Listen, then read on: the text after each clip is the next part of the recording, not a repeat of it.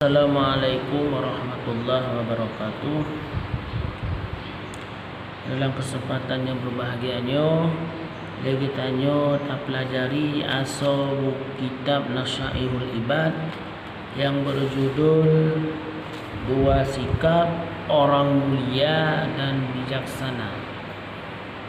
Jadi kiban mufhum orang yang mulia dan orang yang bijaksana.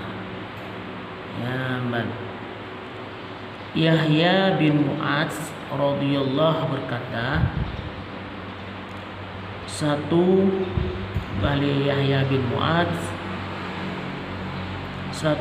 orang yang mulia tidak akan durhaka kepada Allah.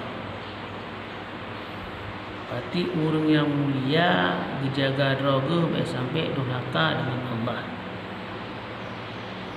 Artinya berjaga amar ma'ruf dan nahi munkar. Berjaga teh yang diperintah oleh Allah dan teh yang dilarang oleh Allah. Segala sesuatu yang dilarang oleh Allah urang yang ketinggal. Supaya jalan baik durhaka dengan Allah. Jalan yang perintah Allah, orang tersebut berarti orang yang akan dikerjakan sebaik-baik mungkin. Yang jalan supaya baik durhaka dengan Allah. Yang kedua, Yahya bin Mu'adz yang orang mulia. Orang yang bijak tidak akan memilih dunia dengan meninggalkan akhirat. Yahya bin Mu'adz. Orang yang bijaksananya hang pilih dunia, tinggal akhirat. Dia mengadu antara dunia dengan akhirat, orang yang pilih dunia.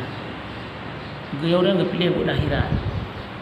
Walaupun dengan jalan dipilih akhirat tersebut, inna limunutia hanagala ikalan limunutia ba urung bijaksana tersebut hana hiraukan. Pokoknya genyan dijaga buat akhirat.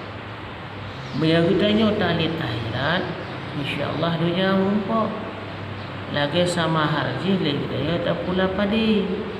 Mila pula padi, naleng pasti limuh dalam padi. Nyata pula naleng padihan akan timur.